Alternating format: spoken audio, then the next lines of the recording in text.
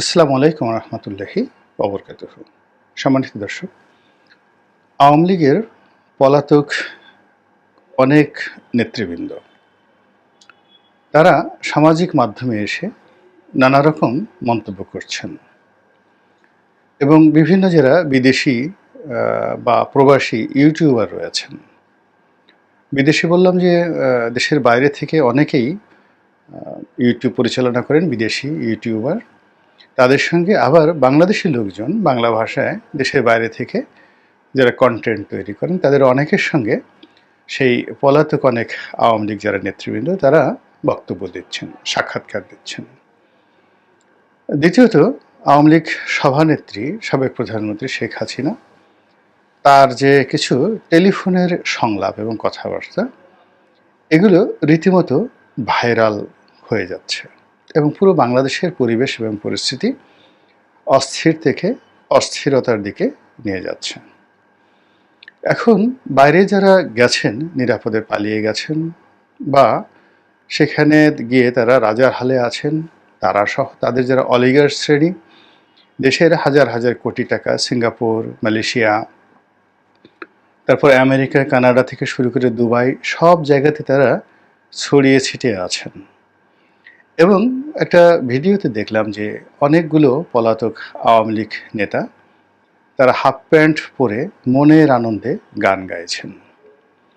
এ দৃশ্য বাংলাদেশে যারা আওয়ামী লীগ করেন তাদের জন্য যে কতটা বেদনার, কিংবা এই সময়টিতে যারা হাতে পায়ে ধরে বিএনপির সঙ্গে সমন্বয়কদের সঙ্গে সমন্বয় করে কোনো মতে বেঁচে থাকার চেষ্টা করছেন, তাদের কাছে যে কতটা বেদনার, কতটা অবমাননাকর, এটি ভাষায় প্রকাশ করা যাবে না। অন্যদিকে যারা সাধারণ মানুষ তারা আওয়ামী লীগের এই সকল কথাবার্তা শুনে, পলাতক নেতৃবৃন্দের কথাবার্তা শুনে তারা রীতিমতো চরম বিক্ষুব্ধ, অনেক আতঙ্কিত। যারা একটু ভয় পান সহজে তারা খুবই আতঙ্কিত এবং আওয়ামী লীগের যারা প্রতিপক্ষ রয়েছেন তারা নিঃসন্দেহে আনন্দিত। এই কারণে যে নেতৃবৃন্দ যে সকল কথাবার্তা বলছেন তাদের সব কথাবার্তার মধ্যে যে বিষয়গুলো ফুটে উঠেছে তাতে মনে হচ্ছে যে আওয়ামী লীগ এরকম একটা দল, যে দলটি বিগত দিনে কোনো ভুল করেননি। যেমন ধরুন ছাত্রলীগের সভাপতি জনাব সাদ্দাম, তো তার কতগুলো বক্তব্য, এটি এখন নিষিদ্ধ সংগঠন। তো তিনি তার বক্তব্যে প্রথমে বলছেন প্রধানমন্ত্রী শেখ হাসিনা, মানে শেখ হাসিনা বর্তমানের প্রধানমন্ত্রী। তারপরে তিনি তাকে বলছেন দেশরত্ন শেখ হাসিনা। তো এই জিনিসগুলো সময়ের সঙ্গে সঙ্গে আসলে এটাকে যাকে বলা হয় মানুষের হৃদয় জয় করার জন্য বা মানুষের কাছে নিজেদের যে বিষয়াদি তুলে ধরার জন্য এই ধরনের ল্যাঙ্গুয়েজ কোনো অবস্থাতেই গ্রহণীয় নয়। তারপর তিনি যেটি বলার চেষ্টা করছেন, অর্থাৎ যতদিন তারা ক্ষমতায় ছিলেন সেই ক্ষমতায় থাকাকালীন অবস্থায় তাদের যে কণ্ঠস্বর ছিল,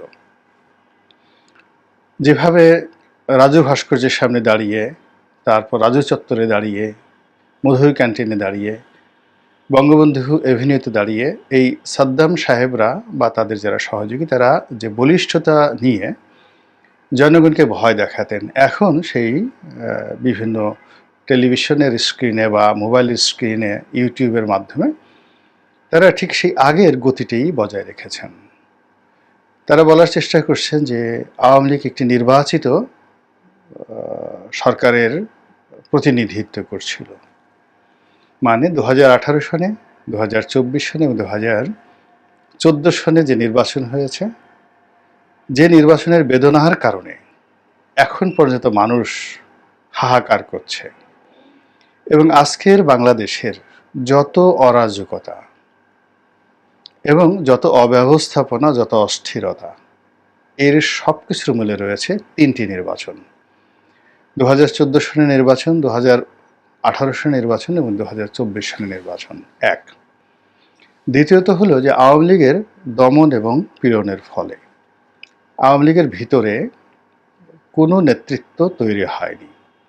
যারা তৈরি হয়েছে তারা সবার আগে পালিয়ে গেছেন। আর যারা পালাতে পারেনি তারা জেলখানাতে। আর এখন বাংলাদেশে যারা পথে ঘাটে মাঠে আছেন তারা অবর্ণনীয় একটা জীবনযাপন তারা করছেন। এর কারণ হলো আওয়ামী লীগ তার নিজেদের মধ্যে হাইব্রিড, কাউয়া, অযোগ্য, অপদার্থ, এরপরে অন্য দল থেকে ভোল পাল্টে যারা আওয়ামী লীগ হওয়ার চেষ্টা করেছে। এবং এখন তো আপনারা অনেকেই দেখতে পাচ্ছেন যে শিবিরের অনেক লোক আওয়ামী লীগের মধ্যে, তারপর ছাত্রলীগের মধ্যে লুকিয়েছিলেন এবং কত বড় পদে থেকে তারা শক্তি সঞ্চয় করেছেন যে একটা বিপ্লব তারা সংগঠিত করে ফেললেন এই আওয়ামী লীগের ঘাড়ের উপর ভর করে। তো এরকম একটা নির্বোধ দল এবং সেই দলের সে সকল লোক যারা এই বাংলাদেশে 1 মিনিট দাঁড়িয়ে থাকার মতো সাহস পাননি এবং এখনো পর্যন্ত তারা কোথায় আছেন নিজেদের ঠিকানাটি পর্যন্ত বুক ফুলিয়ে বলতে পারছেন না যে আমরা মালয়েশিয়ার এই নম্বর রাস্তায় আছি, এত নম্বর বাড়িতে আছি, কিংবা আমরা এখন কানাডাতে আছি, কিংবা আমরা এখন আমেরিকাতে আছি। এই কথাটা কেউ বলতে পারছেন না। তারা বলছেন যে সিকিউরিটির স্বার্থে আমরা নিরাপদ দূরত্বে আছি। তো সেখানে বসে তারা এই বড় বড় যে কথাগুলো বলছেন তার বলার আগে তাদের একবারও অনুশোচনা হচ্ছে না যে এই 3টে নির্বাচনের ফলে পুরো দেশকে, জাতিকে, অন্যান্য রাজনৈতিক দলকে যেভাবে শেষ করে দেওয়া হয়েছে তার চাইতে সবচেয়ে বেশি শেষ করে দেওয়া হয়েছে আওয়ামী লীগকে। আওয়ামী লীগের জীবনে বহুবার বহু বিপদ এসেছে। 1954 সনে এসেছে, 1958-তে এসেছে, 62-তে এসেছে, 69-এ এসেছে, 68-তে এসেছে। সব জায়গাতেই বা সব সময়টিতেই তাদের 3 থেকে 4 সারির বা পঞ্চম সারির নেতৃবৃন্দ ছিলেন। এক গ্রুপ গিয়েছেন জেলখানাতে, অন্য গ্রুপ নেতৃত্ব ধরেছেন এবং তাদের ইমেজ ছিল, তাদের সাহস ছিল, শক্তি ছিল এবং তারা কোনো অবস্থাতেই কিন্তু আওয়ামী লীগকে ছেড়ে যায়নি। ফলে 75-এর 15ই আগস্টের পর দেখা গেল বঙ্গভবন যারা নিয়ন্ত্রণ করছেন তারাও আওয়ামী লীগ, জেলখানা যারা নিয়ন্ত্রণ করছেন তারাও আওয়ামী লীগ, আবার বঙ্গভবনকে যারা অপোজ করছেন রাজপথে তারাও আওয়ামী লীগ। এরশাদের সময়, জিয়াউর রহমান সাহেবের সময়, সব সময়টাতেই, ইয়াহিয়া খানের সময়, আইয়ুব খানের সময় আওয়ামী লীগের এই স্পিরিটটা ছিল, তাদের নেতা ছিল। কর্মী তো সবসময় সব দলেরই থাকে, কিন্তু এখন এই বাংলাদেশে আওয়ামী লীগের কোনো নেতা নেই, একেবারে নেতৃত্ব শূন্যতা। কেমন নেতৃত্ব শূন্যতা? আওয়ামী লীগের এক বড় নেতা বাংলাদেশে পালিয়ে আছেন, আমাকে টেলিফোন করলেন। আমি বললাম যে নেতৃত্ব সংকট যাচ্ছে, তো আপনি তো এত বড় নেতা, দলের দায়িত্ব নিন, আওয়ামী লীগের অফিসের সামনে আসেন। তিনি বললেন আমি মরে গেলেও পারবো না, এবং আমার পরিবার আমাকে চাপ দিচ্ছে যে জীবনেও আর রাজনীতি করা যাবে না। এর কারণ হলো তাদের বক্তব্য, তুমি এত বড় নেতা ছিলা, দলের বিপদে বিভিন্ন সময় কাজকর্ম করেছো, দলের 15টি বছর সুসময়ে তো তুমি 15 পয়সা পাওনি, এখন তোমাকে কেন পালিয়ে থাকতে হবে? এই যে তার ছেলেমেয়ে যে কথাগুলো বলছে, বলার পর তিনি রাজনীতির প্রতি আগ্রহ হারিয়ে ফেলেছেন। এইভাবে বাংলাদেশে হাজার হাজার আওয়ামী লীগের নেতাকর্মী তৃণমূলে আছেন যারা পালাতে পারেননি, বা অনেকে কিছুই পাননি জীবনে কিন্তু পালিয়ে আছেন। তো এই মানুষগুলো যখন এই যারা পলাতক, বিদেশি নিরাপদ আশ্রয় থেকে এই ধরনের কথাবার্তা বলছেন, তারা মানসিকভাবে আরও ভেঙে পড়ছেন এবং তাদের যে রাজনৈতিক ভবিষ্যৎ এটি ক্রমশ মানে যাকে বলা হয় বিপদ থেকে বিপজ্জনক অবস্থাতে চলে যাচ্ছে। একটা জিনিস চিন্তা করুন যে 2001 থেকে 2006 সন পর্যন্ত বিএনপির যে জমানা, সেই জমানাতে তাদের ভুল এবং ত্রুটির কারণে আজ পর্যন্ত বিএনপি দাঁড়াতে পারছে না। টিল নাও টুডে প্রচণ্ড জনপ্রিয়তা, মানে এখন আওয়ামী লীগের চাইতে বিএনপির জনপ্রিয়তা অনেক বেশি, কিন্তু তারা দাঁড়াতে পারছে না। এর কারণ হলো প্রশাসনের বিভিন্ন স্তরে, জুডিশিয়ারিতে, মিলিটারিতে, পুলিশে, ওই যে 2006 সনে তাদের যে বদনাম হয়েছিল, শত্রুতা তৈরি হয়েছিল, সেই শত্রুতাটা বাড়তে বাড়তে এমন একটা জায়গাতে আসছে যে জনপ্রিয়তা আছে, সমর্থক আছে, সম্ভাবনা আছে, কিন্তু এই একটা নির্বাচন করে তার ফলাফলটাকে এনে আবার ক্ষমতায় যাওয়ার জন্য যে স্ট্রাকচার দরকার সেটা বিএনপি অর্জন করতে পারেনি। তো বিএনপির যে ভুল বলেন, অপরাধ বলেন, অন্যায় বলেন, খাম্বা বলেন, হাম্বা বলেন, এটির শতগুণ বললে ভুল হবে, 1000 গুণ অপকর্ম করেছে, ভুল করেছে আওয়ামী লীগ সে 2009 থেকে আজ অবধি। তো বিএনপির যদি 20 বছর চলে যাওয়ার পরেও তারা যদি ঘুরে দাঁড়াতে না পারে, তাহলে আওয়ামী লীগ এখন যারা বলছেন যে মোদি এসে ক্ষমতায় বসিয়ে দেবে, ডোনাল্ড ট্রাম্প আসার পর তিনি ক্ষমতা ফিরে পাবেন, এই জিনিসগুলোর ভিত্তি কী? What is the mathematical reality? আপনি অঙ্ক কষে কষে দেখেন যে এই ধরনের ঘটনা সম্ভব কিনা, 2+2=4 এটা সম্ভব কিনা, এরপরে সাম্প্রতিক সময় সেই ঘটনাগুলো ঘটেছে কিনা। যদি তা না হয় তাহলে এখানে সেই যে গতানুগতিকভাবে এগোতে হবে। একটা জিনিস চিন্তা করুন, 1971 সনে জামাত যে ভুল করেছে সেই ভুলের জন্য দেখুন জামাতের একটা টায়ার একেবারে শীর্ষ যারা নেতৃবৃন্দ আছে সবাই কেউ জেলে মরেছেন, কেউ ফাঁসিতে মরেছেন। আর এখন এত বছর পরে, অর্থাৎ 53 বছর পরে, এখনও সেই মুক্তিযুদ্ধের বিষয়ে যখন জামাতের আমির কোনো একটা কথা বলেন, সঙ্গে সঙ্গে সারা বাংলাদেশ গর্জন করে ওঠে। তো একই অবস্থাতে আওয়ামী লীগের যে ভুলগুলো রয়েছে এগুলো তো আগে স্বীকার করতে হবে এবং সেখান থেকে বের হয়ে আসতে হবে। অন্যথায় আওয়ামী লীগ যদি আবার বলে 2014 সালের নির্বাচন আমাদের কোনো অপশন ছিল না, 2018 সনে কোনো রাতের ভোট হয়নি, 2024 সনে তো একেবারেই এমন ভোট হয়েছে মানে সবাই সেখানে গিয়ে উপস্থিত হয়ে ভোট দিয়েছেন, এই কথা বলে যারা পালিয়ে গেছেন তারা তো আসতে পারবেনই না। আর যারা বাংলাদেশে আছেন, এই আওয়ামী লীগের দল যারা করছেন তাদের সামাজিক জীবনে আরও বিপর্যয় নেমে আসবে। 1। 2 নম্বর হলো যে আওয়ামী লীগ এখন যে পর্যায়ে পৌঁছে গিয়েছে তার হাতে দুটো অপশন আছে অনলি।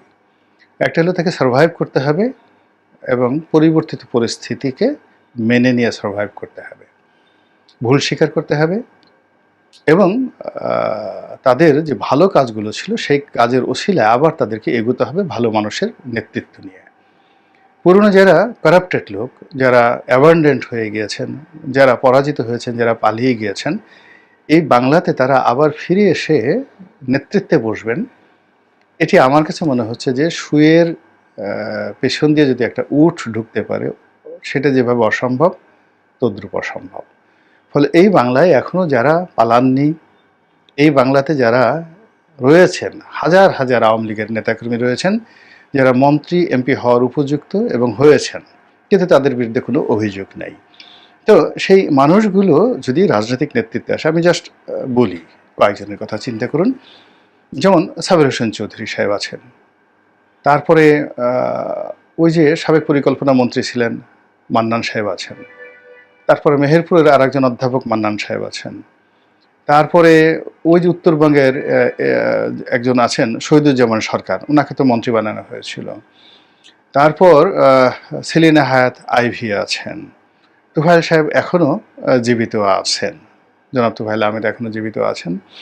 তো যারা মূলত এইরকম, আমি আওয়ামী লীগের সারা বাংলাদেশের জেলা পর্যায়ে অনেক বড় বড় নেতা আছেন যাদের বিরুদ্ধে কোনো অভিযোগ নাই এবং এখন এই সমাজে তারা চলতে পারেন। ওই যে মেজর রফিকুল ইসলাম বীর উত্তম, চাঁদপুরে সেই বিখ্যাত রফিকুল ইসলাম বীর উত্তম, তিনি এখনও জীবিত আছেন, এই শহরে ঘোরাফেরা করছেন। অর্থাৎ এই মানুষগুলো, আপনি যদি এরকম 100 জন মানুষ, সাবেক রাষ্ট্রপতি আব্দুল হামিদ সাহেব আছেন, তো এই মানুষগুলোকে যদি আপনি রাস্তা দাঁড়া করান, অন্ততপক্ষে 100 জন মানুষ আপনি এরকম প্রেজেন্টেবল পাবেন যাদের সমপর্যায়ের পলিটিক্যালি, সোশ্যালি, তারপরে আরও 100টা যদি গুণাবলী ধরেন, তাদের সমপর্যায়ের রাজনীতিবিদ এখনও অন্য দলগুলোতে নেই, নেই। তো কেন এই সমস্ত লোককে বাদ দিয়ে সাদ্দামের কথা আওয়ামী লীগের লোকজন শুনবেন? কেন জাহাঙ্গীর কবির নানক সাহেবের কথা শুনবেন? কেন মুফাজ্জল হোসেন চৌধুরী মায়ের কথা শুনবেন? কেন সেই বাহাউদ্দিন নাসিম সাহেবের কথা শুনবেন? কেন ওবায়দুল কাদের সাহেবের কথা শুনবেন? এই জিনিসগুলো আওয়ামী লীগের যারা শীর্ষ নেতৃত্ব আছেন তাদেরকে বুঝতে হবে। এখানে সাবেক প্রধানমন্ত্রী শেখ হাসিনা, তার বিশাল অবদান এবং তার একটা সময় ছিল, এখন তিনি সেই সময়টাতে অনেক কিছু করেছেন দলের জন্য, দেশের জন্য, কিন্তু বাস্তবতা হলো জীবনের একটা পর্যায়ে এসে শুধু পরাজিত হতে হয়। মোহাম্মদ আলী ক্লে, তাকে পরাজিত হতে হয়েছে। মাইক টাইসন দেখেন পরাজিত হলো, এরপরে মাহাতির মোহাম্মদ পরাজিত হলেন, তারপরে মাহাতির মোহাম্মদ তো সর্বশেষ তার জামানত বাজেয়াপ্ত হলো নির্বাচনে। তো একটা সার্টেন পিরিয়ড পরে আসলে হাল ছেড়ে দিতে হয়। এখানে বঙ্গবন্ধু কন্যার যে এখন বাস্তব অবস্থায় তাকে আপনি একটা এলিমেন্ট হিসেবে ব্যবহার করতে পারেন, স্ট্যাচু হিসেবে ব্যবহার করতে পারেন, তারপরে তাকে একটা ঐক্যের প্রতীক হিসেবে ব্যবহার করতে পারেন, but as a operational head এই মুহূর্তে কোনো অবস্থাতেই ভায়াবল না, কোনো অবস্থাতেই ভায়াবল না। তারপরে তার যে দুজন সন্তান আছেন, পুতুল আছেন, জয় আছেন, তাদের অনেক গুণাবলী আছে, অনেক লেখাপড়া আছে, কিন্তু যেটি নেই সেটি হলো রাজনীতি করার মতো যোগ্যতা, মানসিকতা এবং এই রাজনীতির অভিজ্ঞতা। এর তিনটার একটাও নেই।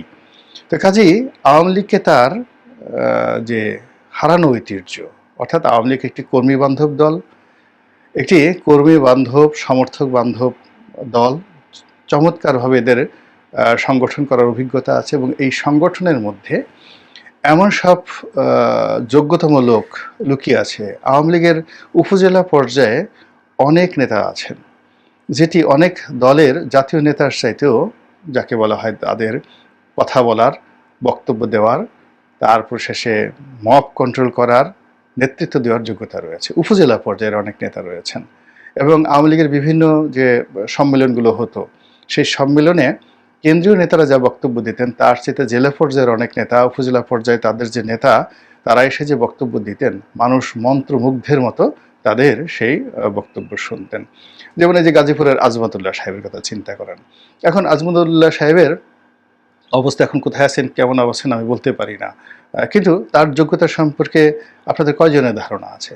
কিংবা ধরুন গাজীপুরের আরও একজন নেতা আছেন, আখতারুজ্জামান সাহেব, সেই যে ভিবি, ডাকসুর ভিবি আখতারুজ্জামান সাহেব। এখন এই লোকগুলোকে বিভিন্ন সময় অপদস্থ করা হয়েছে, বঞ্চিত করা হয়েছে, কিন্তু তারা নেতৃত্ব দেওয়ার ক্ষমতা রাখেন এবং এখন যারা বলছেন তাদের সাথে অনেক অনেক বেশি। এমনকি ছাত্রলীগের মধ্যেও তো অনেক অনেক ভালো নেতা আছেন, অনেক অনেক ভালো নেতা আছেন যারা একসময় যাদের কথায় সারা দেশ চলত, এরকম অনেক ভালো নেতা আছেন। তো এই বিষয়গুলোর দিকে নজরে না নিয়ে যারা বিতর্কিত হয়ে পড়েছেন, যারা ভুল করেছেন, যারা পরাজিত হয়েছেন, আবার তারা ঘুরে ফিরে সামনের দিকে এসে আসলে এই জাতিকে কেন তারা আবার অস্থির করছেন এবং আওয়ামী লীগকে কেন বিপদে ফেলছেন, আমি এটা বুঝতে পারি না। আল্লাহ আমাদের সবাইকে হেদায়েত দান করুন এবং হেফাজত করুন। আসসালামু আলাইকুম ওয়া রাহমাতুল্লাহি ওয়া বারাকাতুহু।